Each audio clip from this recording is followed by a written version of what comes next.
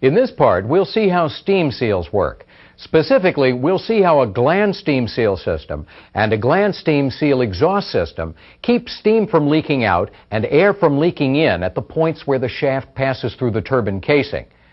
To understand how these systems work, it's helpful to know how pressure varies in a turbine. The pressure inside a turbine varies with the load. At low loads, many of the later stages in a turbine may be under a vacuum. As load is increased, more and more of these stages start to operate under pressure. Finally, at full load, only the last few stages of the turbine may actually be under a vacuum. In the stages that are under pressure, steam tries to escape from the turbine. The most likely place for this to happen is where the shaft penetrates the turbine casing. If the steam were allowed to leak out, it would affect the efficiency of the turbine because it wastes the steam. Leaking steam could also seriously burn personnel working around the turbine. In the turbine stages in which pressure is less than atmospheric pressure, air will try to leak into the turbine. This reduces turbine efficiency because the air must be removed in order to maintain the vacuum. Air leaking in also can cause a thermal stress problem in the turbine. The outside air can be much cooler than the inside of the turbine. And when cool air gets into the turbine, drastic temperature changes occur. The resulting thermal stress on turbine parts could cause them to crack. One way to keep steam from leaking out of a turbine and air from leaking in is to use gland steam seals. This gland steam seal is made up of several labyrinth seals. A labyrinth is defined as a maze or tortuous path from which escape is difficult. The maze in a labyrinth seal is a set of grooves and ridges which correspond to another set of grooves and ridges on the turbine shaft. The labyrinth seal creates a tortuous path or maze. The maze restricts flow, making it difficult for air to leak in or steam to leak out between the turbine shaft and the casing. The inside of the turbine is in this direction, and the outside is in this direction. There are 3 seals being used. Generally speaking, 3 or more seals are used at each sealing point. The seals collectively make up a gland. The gland steam seal system is connected to the gland at this opening, and the gland steam seal exhaust system is connected at this opening. We can use this illustration to show how these systems work. The illustration shows 2 turbine sections, a high-pressure section and a low-pressure section, each connected to the same shaft.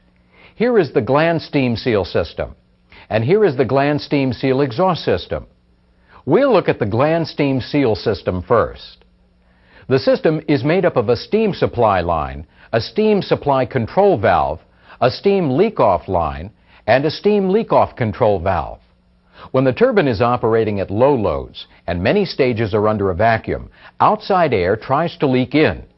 In response to these conditions, the gland steam supply control valve opens and low-pressure steam is supplied to the glands. Part of the low-pressure steam supplied to the glands enters here and flows toward the outside past the second seal. The remainder of the steam flows into the turbine. It's the flow of steam towards the outside of the gland that prevents outside air from leaking into the turbine. Steam flowing into the turbine from the glands presents no real problem, since the leaking steam simply mixes with steam that is already in the turbine. So when a vacuum exists inside the turbine, the gland steam seal system supplies steam to prevent air from leaking in. When the turbine is operating at full load with a positive pressure in most of the turbine, air leaking in is not a problem, except near the last stages, which are still under a vacuum. Where the pressure is positive, steam must be prevented from leaking out. In this case, pressure in the gland is increased by steam leaking from the turbine. The steam supply valve closes because steam no longer needs to be supplied from outside the turbine. If the pressure increases to a certain point, the steam leak-off valve opens to prevent pressure from getting too high. Steam that passes through the leak-off valve is directed to a low-pressure area such as the main condenser. Now let's turn our attention to the gland steam seal exhaust system. The purpose of the exhaust system is to draw off steam leaking past the second seal before it escapes to the atmosphere. The system also pulls out any air that's leaking into the turbine.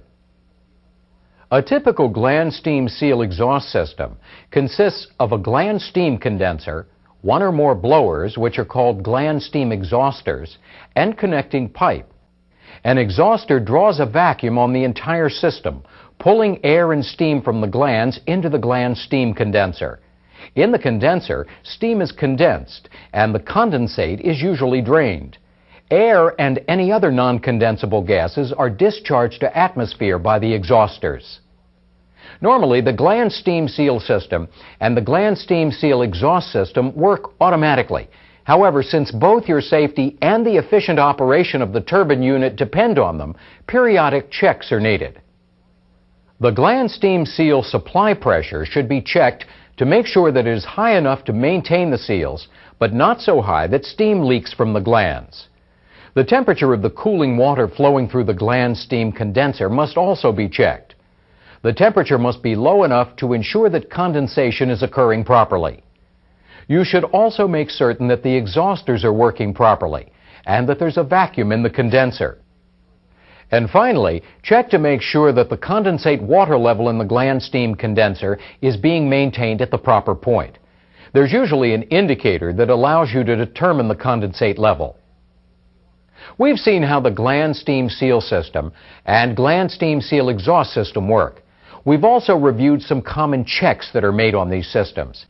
The points where the shaft passes through the turbine casing must be sealed to prevent steam from leaking out of the turbine and air from leaking in. Several types of seals are used to prevent these conditions from occurring. Probably the most common seals are steam seals, but two common alternatives are carbon seals and water seals. This is a cutaway view of a carbon seal. Carbon seals are usually found on low-pressure turbines because they can't withstand very high pressures. A carbon seal consists of one or more carbon rings held in place against the shaft by springs. As the shaft turns, it rubs against the carbon rings, and an effective seal between the shaft and the rings is achieved. Carbon, being softer than metal, creates minimal wear on the turbine shaft. Eventually, the carbon wears down, so the carbon rings must periodically be replaced. A second alternative to steam seals is water seals. When water seals are used, water is pumped through a special gland to minimize leakage. A gland is a device used to create a seal.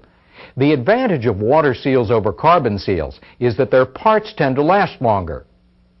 A typical water seal uses an impeller that's mounted on the shaft to circulate water through the gland. The circulating water fills the opening between the shaft and the casing, preventing leakage.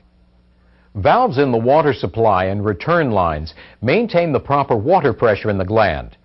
This design allows some water to leak out of the seal. For this reason, shrouding is placed around the turbine shaft on each side of the seal.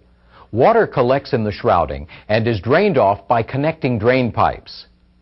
As with all turbine systems, sealing systems should be regularly checked to make sure they're functioning properly.